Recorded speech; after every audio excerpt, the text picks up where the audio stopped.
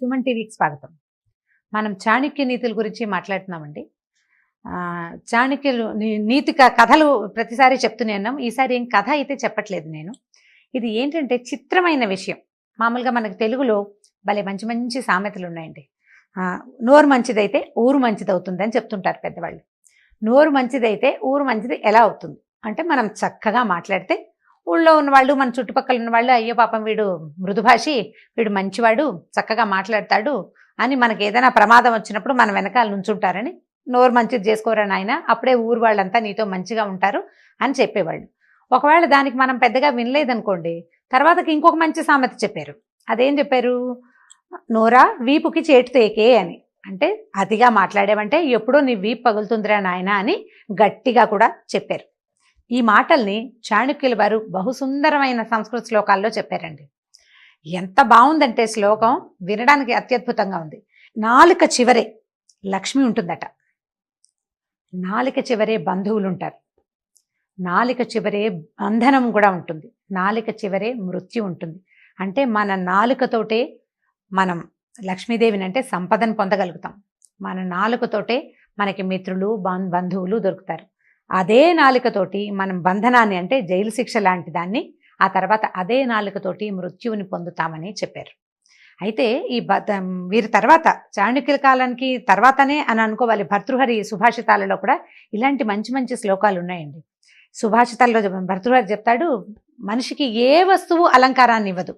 అంటే మనం నువ్వు చేతులకు వేసుకో, మెళ్ళలోకి వేసుకో, చెవులకు పెట్టుకో, చక్కటి బట్టలు కట్టుకో, ఏం చేసినా ఒక వ్యక్తి పూర్తిగా అలంకార భరితుడు కాడు.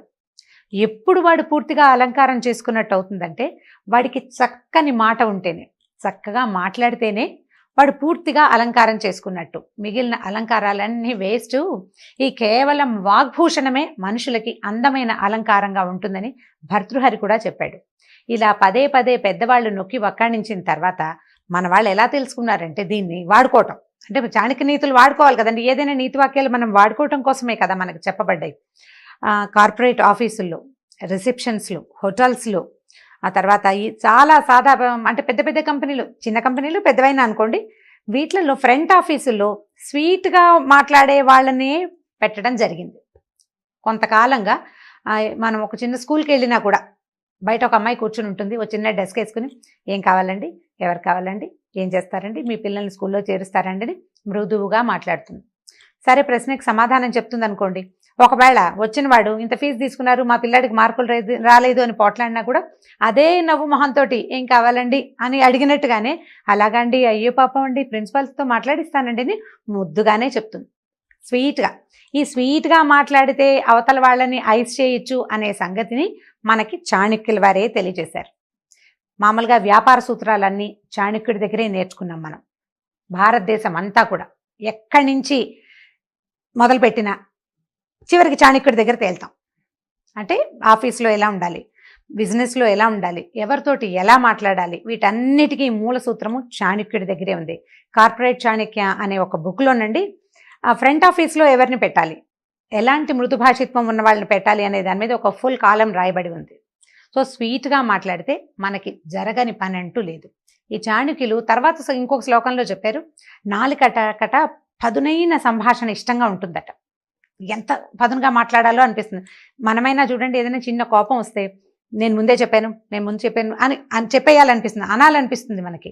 కానీ దాన్ని కనుక కంట్రోల్ చేసుకుని కొద్దిగా ఆలోచించి మాట్లాడితే కనుక అవతల వాడితో మనకి ఏ శత్రుత్వము రాదు.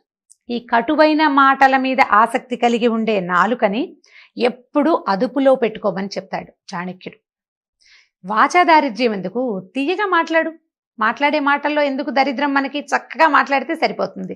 ఏం పర్వాలేదు, మళ్ళీ చేద్దాము. పరీక్ష పోయిందనుకోండి, ఫ్రెండ్ ఏడుస్తున్నాడు, నేను ముందే చెప్పాను, ఆ రోజు నువ్వు చదువుకోలేదు, సినిమాకి వెళ్ళావు అని అనకుండా ఇంకోసారి ప్రయత్నం చేద్దాం, ఈసారి ఈ దెబ్బ నీకు పనిచేస్తుంది. అంటే ఒకసారి దెబ్బ తింటే మనం రెండోసారి జాగ్రత్త పడతాం కదా. అలాంటి అనునయ వాక్యాలతోటి, హిత వాక్యాలతోటి మనుషుల్ని లొంగ తీసుకోవచ్చు. పదునైన మాట మాట్లాడంగానే అవతల వాడు మనకి శత్రువైపోతాడు. పైకి ప్రకటించకపోయినా నీ పదునుని వాడు జ్ఞాపకం పెట్టుకుంటాడు. కాబట్టి నాలుకని అదుపులో పెట్టుకోవాలి. నాలుకని ఎక్కడెక్కడ అదుపులో పెట్టుకోవాలంటేట, తండ్రి దగ్గర, తల్లి దగ్గర, మగవాళ్ళైతే భార్య దగ్గర, ఆడవాళ్ళైతే భర్త దగ్గర.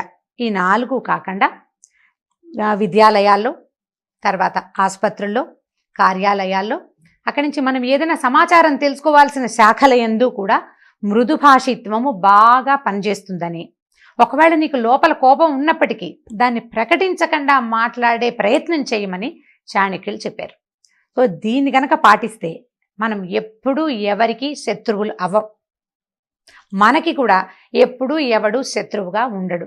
ఒకవేళ ఏదైనా సందర్భానుసారం వాళ్ళకి మనకి తేడా వచ్చినప్పటికీ వీడు మృదుభాషి, వీడు చక్కగా మాట్లాడతాడు కాబట్టి వీడు అనుండడు, వీడి వల్ల అయ్యి ఉండదని అవతల వాళ్ళు మనల్ని నమ్మడానికి అవకాశం ఉంటుంది. మన పదునుని చూపించామా, ఈ పదును గుచ్చుకుంటుంది కదా, అది బాగా జ్ఞాపకం ఉంటుంది. కాబట్టి తీయనైన మాటలతోటే ప్రజలు ఒకరితో ఒకరు సంభాషించాలి, అన్ని సందర్భాల్లోనూ తీయని మాటనే వాడుకోవాలి అని చాణక్యులు చెప్పారు. ఈ వీడియో కనుక మీకు నచ్చినట్లయితే లైక్ చేయండి, షేర్ చేయండి. మరిన్ని వీడియోస్ కోసం సుమన్ టీవీకి సబ్స్క్రైబ్ చేసుకోండి. Welcome to our channel. నేను రమారావి.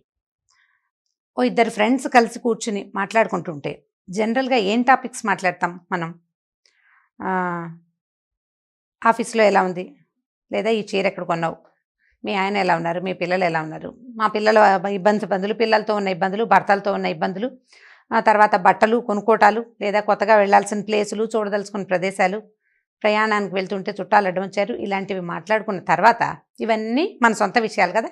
వీటి తర్వాత ఆఫీస్లో కొలీగ్స్ గురించో, పక్కింటి వాళ్ళ గురించో, లేదా మన కజిన్స్ గురించో ఏదైనా ఒక ఇంట్రెస్టింగ్ టాపిక్ విషయం ఉంటే దాని గురించి మనం మాట్లాడుతుంటాం.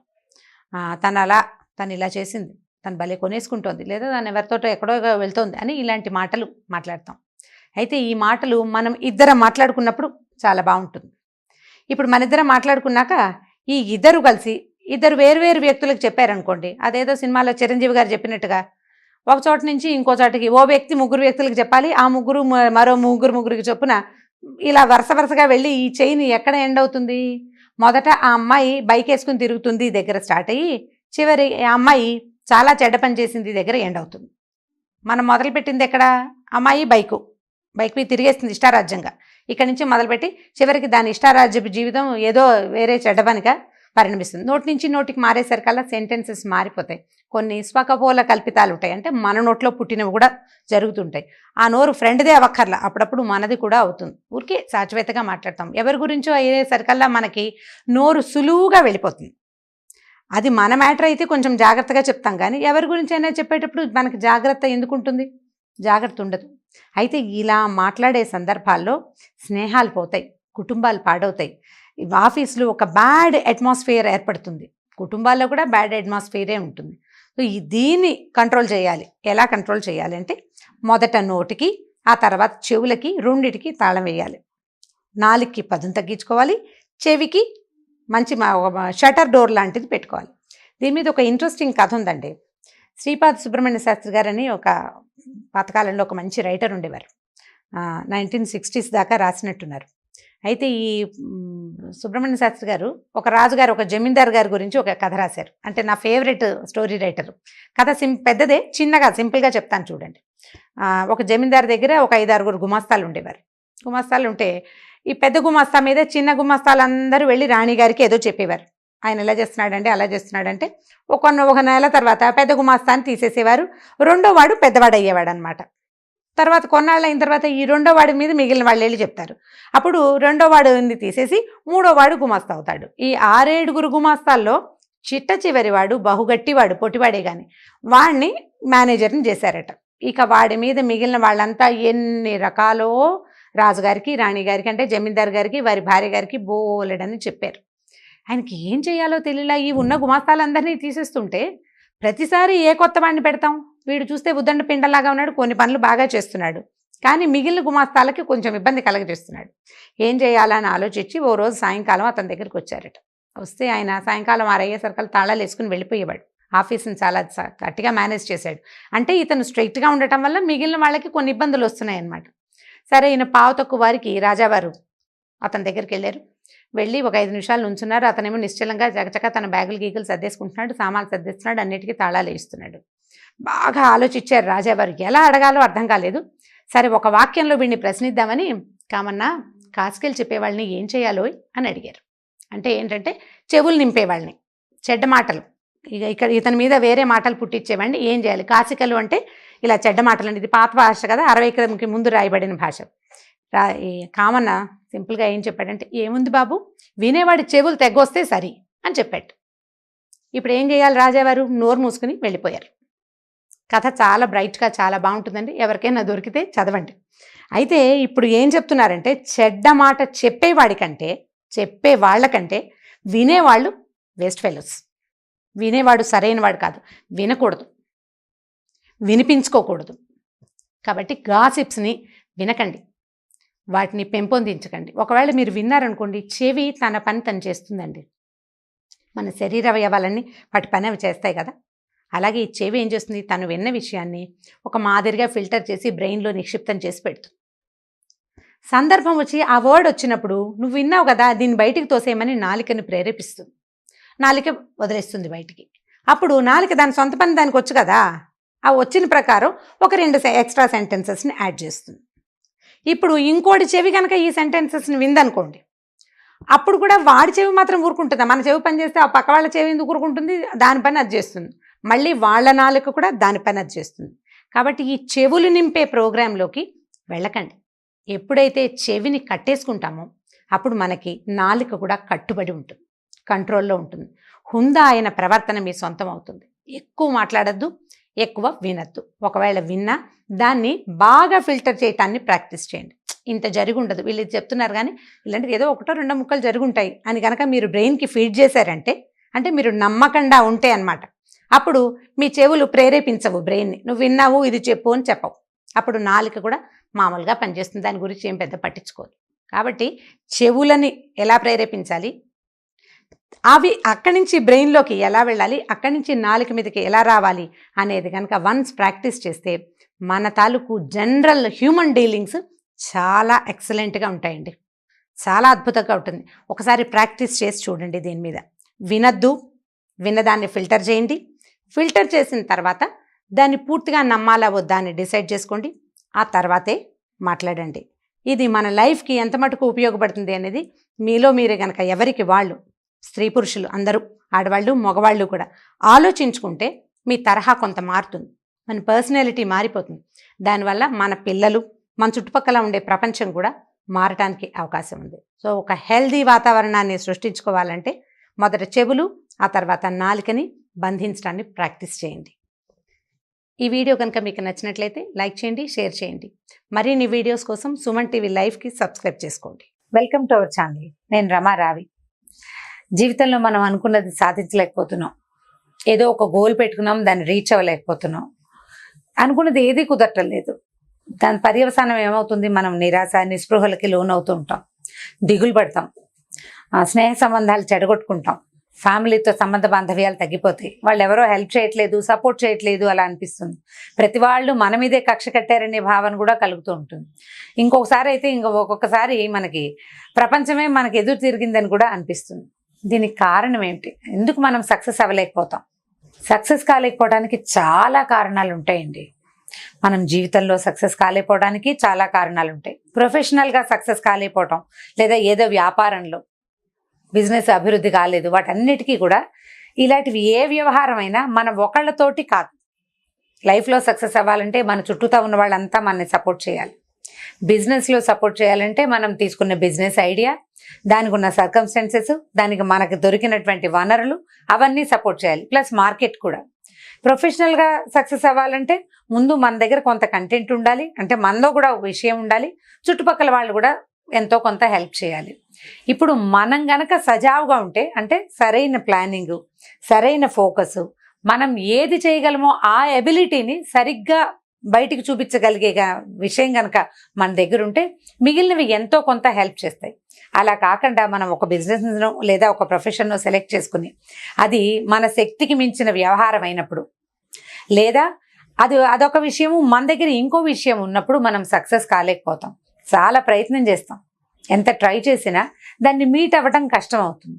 మొదట మన ఐడియాస్ని ఒక్కసారి పునరాలోచన చేసుకోవాలి. మనం సక్సెస్ కాలేకపోవటానికి ప్రపంచంతో పాటు మనం ఎంతవరకు కారణం, ఇందులో మన భాగస్వామ్యం ఉందా లేదా అనేది కనుక మొట్టమొదట మనం ప్రశ్నించుకుంటే మనం నిరాశకి లోనవ్వం, ఐడియా మార్చుకుంటాం. దీనికి చాలామంది చాలా రకాల ఐడియాస్ ఇస్తారండి. నేనైతే ఏమనుకుంటానంటే ముందు మనం సరిగ్గా ఉన్నామా లేదా అనేది ఒక పేపర్ మీద పెట్టడం ప్రాక్టీస్ చేయండి. ఎక్కడైనా సక్సెస్ అవ్వాలంటే, లైఫ్లో సక్సెస్ అవ్వాలంటే మానవ సంబంధాలు మెరుగుపరుచుకోవాలి మామూలు జనరల్ జీవితాల్లో. అదే ఉద్యోగ వ్యాపారాల్లో అనుకోండి, స్ట్రాటజికల్గా వెళ్ళాలి కదా. ఈ స్ట్రాటజీస్ అన్నిటికీ కూడా పేపర్ మీద పెట్టడం అనేది బెస్ట్ ప్లాన్. ముందు మన దగ్గర ఉన్న వనరులు, మనకున్న అవకాశాలు, మనకున్న అబిలిటీస్, వీటిని కనుక ఒక పేపర్ మీద పెడితే అప్పుడు దాంట్లో ఉన్న నిజానిజాలు, అంటే వాటి ఎంత బలం ఉంది, ఎంత బలహీనత ఉన్నది అనేది మనకి క్లియర్గా అర్థమవుతుంది. నువ్వు ఎప్పుడైతే పేపర్ మీద పెట్టలేకపోయావో సక్సెస్ఫుల్గా, అప్పుడు నీ ఆలోచనలో తప్పు ఉందనే సంగతి నీకు అర్థమవుతుంది. అప్పుడు ఐడియా మార్చుకోవచ్చు. ఇప్పుడు ఏది లేకుండా అన్ని మనసులోనే ఊహించుకుని మనం ఏదో ఒక ఐడియా వేసేసుకుని 4-5 మనుషులతోటి కూడి ముందుకెళ్ళి ఫెయిల్ అయిపోయి ఈ ప్రపంచం నన్ను ముందుకు రానివ్వటం లేదు అని ఇతరులను నిందించి మనం బాధపడి నిరాశ నిస్పృహకి లోనయ్యి డిప్రెషన్లో కూరుకుపోయే బదులు మొదట చేసే ప్లానింగే సరిగ్గా పేపర్ మీద పెట్టుకుని ప్రతిదానికి పాసిబిలిటీస్ ఉన్నాయా లేదా, అవుతుందా అవదా, ఎస్ నో అనేది ఖచ్చితంగా రాసుకుని గనక ముందుకు వెళ్తే చాలా మటుకు సక్సెస్ అవ్వడానికి అవకాశం ఉంటుంది. ఇలాంటి పనులు ఏవి చేసినా అంటే కొత్త ప్రయత్నాలు చేసేటప్పుడు చాలా ప్లాన్డ్గా పకడ్బందీగా వెళ్ళాలి. ఎవరో చేశారని అది మనం చేద్దామని అనుకోకూడదు. అది మనం చేయగలమా లేదా అనేది ఆలోచించుకొని చూడాలి. ఇప్పుడు చూడండి, sports long jump, pole vault అవి చేసేవాళ్ళు ఉంటారు. మనం అందరం చేసేయగలమా? అది లేదు. దానికి ప్రత్యేకమైన ఎబిలిటీ కావాలి, శిక్షణ కావాలి.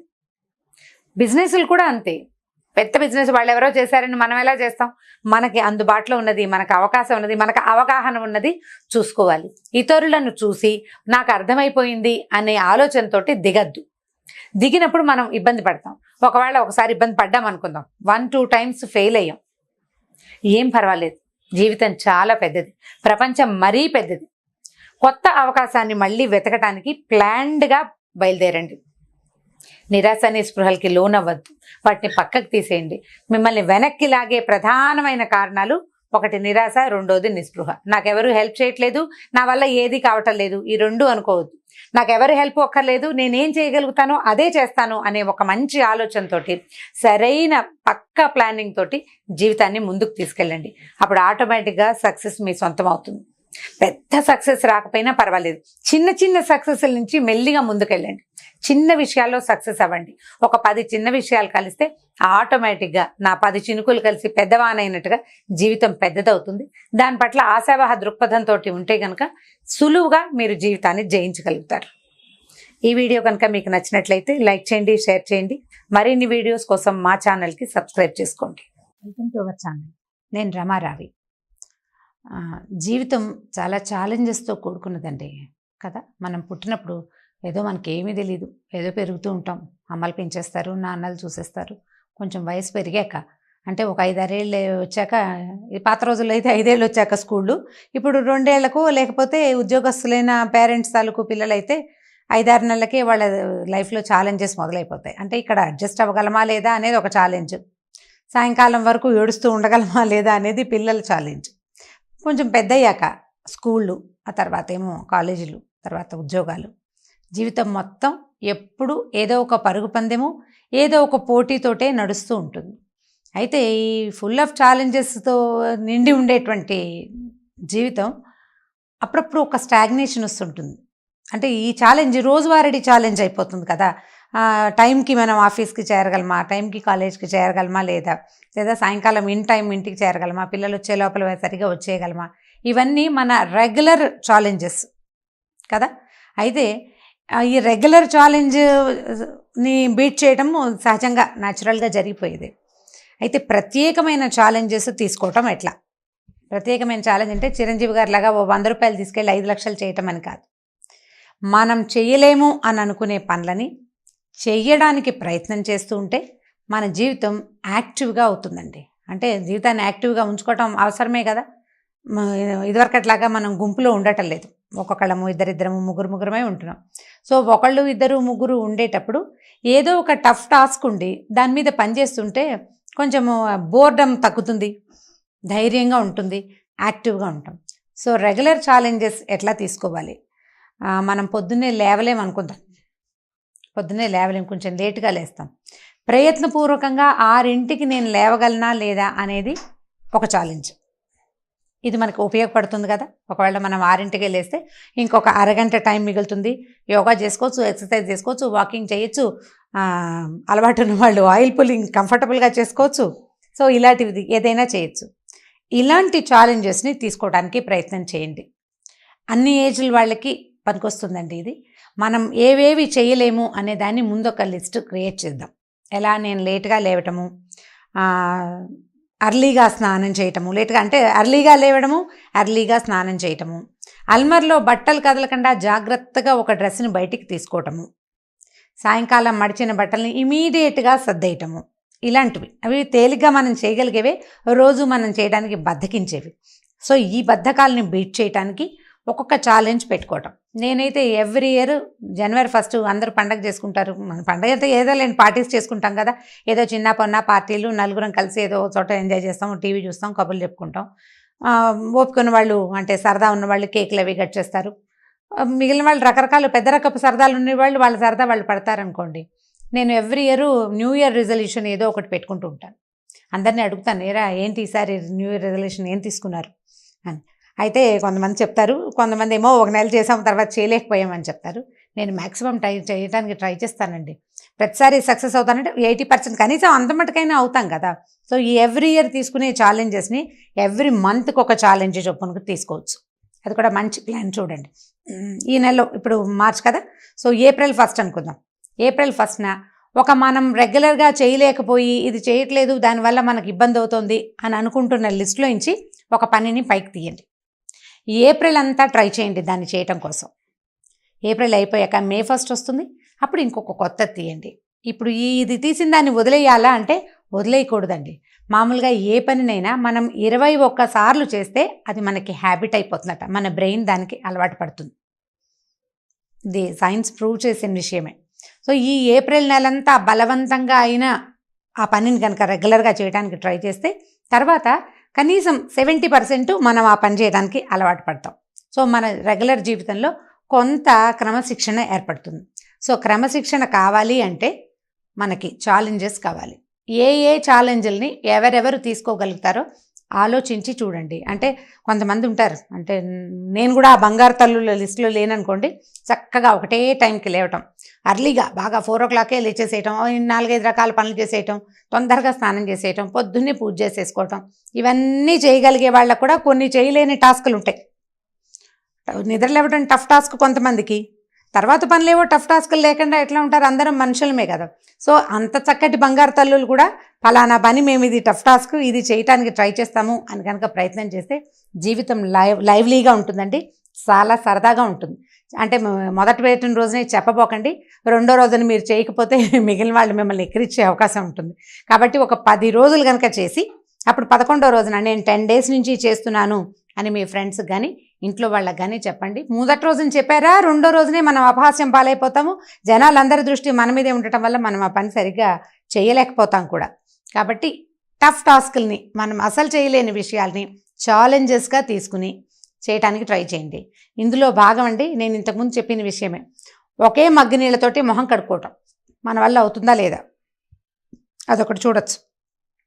ఓకే, మంచినీళ్ళు కరెక్ట్గా రోజుకి 4 లీటర్ నీళ్ళు తాగాలంటే 4 లీటర్ల నీళ్ళని ఒక దాంట్లో నింపి పెట్టుకుని ఆ 4 liters ఆఫ్ వాటర్ని ఈ రోజుకి ఫినిష్ చేసుకోగలిగామా లేదా అనేది ఒక దైనందినమైన ఛాలెంజ్గా కనుక పెట్టుకుంటే హెల్త్ బ్రహ్మాండంగా ఇంప్రూవ్ అవుతుందండి. మన చూసి మన ఫ్రెండ్స్ కూడా కొంతమంది దాన్ని ఫాలో చేస్తారు. హెల్దీ థింగ్స్ని, బాగా ఉపయోగపడే థింగ్స్ని ఇలాంటి ఛాలెంజెస్ కోసం తీసుకోండి. లైఫ్ని ఛాలెంజింగ్గా తీసుకుంటూ ఉంటే చివరి దాకా, అంటే చాలా పెద్దవాళ్ళం అయ్యేదాకా కూడా మనం ఉత్సాహంగానే ఉంటాం. ఈ వీడియో కనుక మీకు నచ్చినట్లయితే లైక్ చేయండి, షేర్ చేయండి. మరిన్ని వీడియోస్ కోసం సుమన్ టీవీ లైవ్కి సబ్స్క్రైబ్ చేసుకోండి. సుమన్ టీవీకి స్వాగతం. మనం చాణక్య నీతుల గురించి మాట్లాడుతున్నామండి. చాణక్యులు నీతి కథలు ప్రతిసారి చెప్తూనే ఉన్నాం. ఈసారి ఏం కథ అయితే చెప్పట్లేదు నేను. ఇది ఏంటంటే చిత్రమైన విషయం. మామూలుగా మనకు తెలుగులో భలే మంచి మంచి సామెతలు ఉన్నాయండి. నోరు మంచిదైతే ఊరు మంచిది అవుతుంది అని చెప్తుంటారు పెద్దవాళ్ళు. నోరు మంచిదైతే ఊరు మంచిది ఎలా అవుతుంది అంటే, మనం చక్కగా మాట్లాడితే ఊళ్ళో ఉన్నవాళ్ళు, మన చుట్టుపక్కల ఉన్నవాళ్ళు, అయ్యో పాపం వీడు మృదుభాషి, వీడు మంచివాడు, చక్కగా మాట్లాడతాడు అని మనకి ఏదైనా ప్రమాదం వచ్చినప్పుడు మన వెనకాల నుంచుంటారని, నోరు మంచిది చేసుకోరా నాయన, అప్పుడే ఊరు వాళ్ళంతా నీతో మంచిగా ఉంటారు అని చెప్పేవాళ్ళు. ఒకవేళ దానికి మనం పెద్దగా వినలేదనుకోండి, తర్వాతకి ఇంకొక మంచి సామెత చెప్పారు. అదేం చెప్పారు? నోరా వీపుకి చేటు తేకే అని. అంటే అతిగా మాట్లాడేవంటే ఎప్పుడో నీ వీపు పగులుతుందిరా నాయన అని గట్టిగా కూడా చెప్పారు. ఈ మాటల్ని చాణక్యుల వారు బహుసుందరమైన సంస్కృత శ్లోకాల్లో చెప్పారండి. ఎంత బాగుందంటే శ్లోకం వినడానికి అత్యద్భుతంగా ఉంది. నాలుక చివరే లక్ష్మి ఉంటుందట, నాలుక చివరే బంధువులు ఉంటారు, నాలుక చివరే బంధనం కూడా ఉంటుంది, నాలుక చివరే మృత్యు ఉంటుంది. అంటే మన నాలుకతోటే మనం లక్ష్మీదేవిని అంటే సంపదను పొందగలుగుతాం. మన నాలుకతోటే మనకి మిత్రులు బంధువులు దొరుకుతారు. అదే నాలుకతోటి మనం బంధనాన్ని అంటే జైలు శిక్ష లాంటి దాన్ని, ఆ తర్వాత అదే నాలుకతోటి మృత్యువుని పొందుతామని చెప్పారు. అయితే ఈ వీరి తర్వాత చాణక్యుల కాలానికి తర్వాతనే అని అనుకోవాలి. భర్తృహరి సుభాషితాలలో కూడా ఇలాంటి మంచి మంచి శ్లోకాలు ఉన్నాయండి. సుభాషితాల్లో భర్తృహరి చెప్తాడు, మనిషికి ఏ వస్తువు అలంకారాన్ని ఇవ్వదు. అంటే మనం నువ్వు చేతులకు వేసుకో, మెళ్ళలోకి వేసుకో, చెవులకు పెట్టుకో, చక్కటి బట్టలు కట్టుకో, ఏం చేసినా ఒక వ్యక్తి పూర్తిగా అలంకార భరితుడు కాడు. ఎప్పుడు వాడు పూర్తిగా అలంకారం చేసుకున్నట్టు అవుతుందంటే వాడికి చక్కని మాట ఉంటేనే, చక్కగా మాట్లాడితేనే వాడు పూర్తిగా అలంకారం చేసుకున్నట్టు. మిగిలిన అలంకారాలన్నీ వేస్ట్. ఈ కేవలం వాగ్భూషణమే మనుషులకి అందమైన అలంకారంగా ఉంటుందని భర్తృహరి కూడా చెప్పాడు. ఇలా పదే పదే పెద్దవాళ్ళు నొక్కి వక్కాణించిన తర్వాత మన వాళ్ళు ఎలా తెలుసుకున్నారంటే దీన్ని వాడుకోవటం. అంటే చాణక్య నీతులు వాడుకోవాలి కదండి. ఏదైనా నీతి వాక్యాలు మనం వాడుకోవటం కోసమే కదా మనకు చెప్పబడ్డాయి. కార్పొరేట్ ఆఫీసుల్లో, రిసెప్షన్స్లో, హోటల్స్లో, ఆ తర్వాత ఈ చాలా సాదా అంటే పెద్ద పెద్ద కంపెనీలు, చిన్న కంపెనీలు పెద్దవైనా అనుకోండి, వీటిలలో ఫ్రంట్ ఆఫీసుల్లో స్వీట్గా మాట్లాడే వాళ్ళనే పెట్టడం జరిగింది. కొంతకాలంగా మనం ఒక చిన్న స్కూల్కి వెళ్ళినా కూడా బయట ఒక అమ్మాయి కూర్చుని ఉంటుంది, ఒక చిన్న డెస్క్ వేసుకుని, ఏం కావాలండి, ఎవరు కావాలండి, ఏం చేస్తారండి, మీ పిల్లల్ని స్కూల్లో చేరుస్తారండి అని మృదువుగా మాట్లాడుతుంది. సరే ప్రశ్నకి సమాధానం చెప్తుంది అనుకోండి. ఒకవేళ వచ్చిన వాడు ఇంత ఫీజు తీసుకున్నారు, మా పిల్లాడికి మార్కులు రాలేదు అని పోట్లాడినా కూడా అదే నవ్వు మొహంతో ఏం కావాలండి అని అడిగినట్టుగానే, అలాగండి, అయ్యో పాపం అండి, ప్రిన్సిపల్స్తో మాట్లాడిస్తానండి అని ముద్దుగానే చెప్తుంది, స్వీట్గా. ఈ స్వీట్గా మాట్లాడితే అవతల వాళ్ళని ఐస్ చేయొచ్చు అనే సంగతిని మనకి చాణక్యుల వారే తెలియజేశారు. మామూలుగా వ్యాపార సూత్రాలన్నీ చాణక్యుడి దగ్గరే నేర్చుకున్నాం మనం. భారతదేశం అంతా కూడా ఎక్కడి నుంచి మొదలుపెట్టినా చివరికి చాణక్యుడి దగ్గర తేల్తాం. అంటే ఆఫీస్లో ఎలా ఉండాలి, బిజినెస్లో ఎలా ఉండాలి, ఎవరితోటి ఎలా మాట్లాడాలి, వీటన్నిటికీ మూల సూత్రము చాణక్యుడి దగ్గరే ఉంది. కార్పొరేట్ చాణక్య అనే ఒక బుక్లోనండి ఫ్రంట్ ఆఫీస్లో ఎవరిని పెట్టాలి, ఎలాంటి మృదు భాషిత్వం ఉన్న వాళ్ళని పెట్టాలి అనే దాని మీద ఒక ఫుల్ కాలం రాయబడి ఉంది. సో స్వీట్గా మాట్లాడితే మనకి జరగని పని అంటూ లేదు. ఈ చాణక్యులు తర్వాత ఇంకొక శ్లోకంలో చెప్పారు, నాలుకట పదునైన సంభాషణ ఇష్టంగా ఉంటుందట. ఎంత పదునుగా మాట్లాడాలో అనిపిస్తుంది. మనమైనా చూడండి, ఏదైనా చిన్న కోపం వస్తే నేను ముందు చెప్పాను అని చెప్పేయాలనిపిస్తుంది, అనాలనిపిస్తుంది మనకి. కానీ దాన్ని కనుక కంట్రోల్ చేసుకుని కొద్దిగా ఆలోచించి మాట్లాడితే కనుక అవతల వాడితో మనకి ఏ శత్రుత్వము రాదు. ఈ కటువైన మాటల మీద ఆసక్తి కలిగి ఉండే నాలుకని ఎప్పుడూ అదుపులో పెట్టుకోమని చెప్తాడు చాణక్యుడు. వాచా దారిద్ర్యం ఎందుకు, తీయగా మాట్లాడే మాటల్లో ఎందుకు దరిద్రం, మనకి చక్కగా మాట్లాడితే సరిపోతుంది. ఏం పర్వాలేదు, మళ్ళీ చేద్దాము. పరీక్ష పోయిందనుకోండి, ఫ్రెండ్ ఏడుస్తున్నాడు, నేను ముందే చెప్పాను, ఆ రోజు నువ్వు చదువుకోలేదు, సినిమాకి వెళ్ళావు అని అనకుండా ఇంకోసారి ప్రయత్నం చేద్దాం. ఈసారి ఈ దెబ్బ నీకు పనిచేస్తుంది అంటే, ఒకసారి దెబ్బ తింటే మనం రెండోసారి జాగ్రత్త పడతాం కదా. అలాంటి అనునయ వాక్యాలతోటి, హితవాక్యాలతోటి మనుషుల్ని లొంగ తీసుకోవచ్చు. పదునైన మాట మాట్లాడంగానే అవతల వాడు మనకి శత్రువైపోతాడు. పైకి ప్రకటించకపోయినా నీ పదునుని వాడు జ్ఞాపకం పెట్టుకుంటాడు. కాబట్టి నాలుకని అదుపులో పెట్టుకోవాలి. నాలుకని ఎక్కడెక్కడ అదుపులో పెట్టుకోవాలంటేట, తండ్రి దగ్గర, తల్లి దగ్గర, మగవాళ్ళైతే భార్య దగ్గర, ఆడవాళ్ళైతే భర్త దగ్గర. ఈ 4 కాకుండా విద్యాలయాల్లో, తర్వాత ఆసుపత్రుల్లో, కార్యాలయాల్లో, అక్కడి నుంచి మనం ఏదైనా సమాచారం తెలుసుకోవాల్సిన శాఖల యందు కూడా మృదు భాషిత్వము బాగా పనిచేస్తుందని, ఒకవేళ నీకు లోపల కోపం ఉన్నప్పటికీ దాన్ని ప్రకటించకుండా మాట్లాడే ప్రయత్నం చేయమని చాణక్యులు చెప్పారు. సో దీన్ని గనక పాటిస్తే మనం ఎప్పుడూ ఎవరికి శత్రువులు అవ్వం. మనకి కూడా ఎప్పుడూ ఎవడు శత్రువుగా ఉండడు. ఒకవేళ ఏదైనా సందర్భానుసారం వాళ్ళకి మనకి తేడా వచ్చినప్పటికీ, వీడు మృదుభాషి, వీడు చక్కగా మాట్లాడతాడు, కాబట్టి వీడు అనుండడు, వీడి వల్ల అయ్యుండదని అవతల వాళ్ళు మనల్ని నమ్మడానికి అవకాశం ఉంటుంది. మన పదునుని చూపించామా, ఈ పదును గుచ్చుకుంటుంది కదా, అది బాగా జ్ఞాపకం ఉంటుంది. కాబట్టి తీయనైన మాటలతోటే ప్రజలు ఒకరితో ఒకరు సంభాషించాలి, అన్ని సందర్భాల్లోనూ తీయని మాటనే వాడుకోవాలి అని చాణక్యులు చెప్పారు. ఈ వీడియో కనుక మీకు నచ్చినట్లయితే లైక్ చేయండి, షేర్ చేయండి. మరిన్ని వీడియోస్ కోసం సుమన్ టీవీకి సబ్స్క్రైబ్ చేసుకోండి.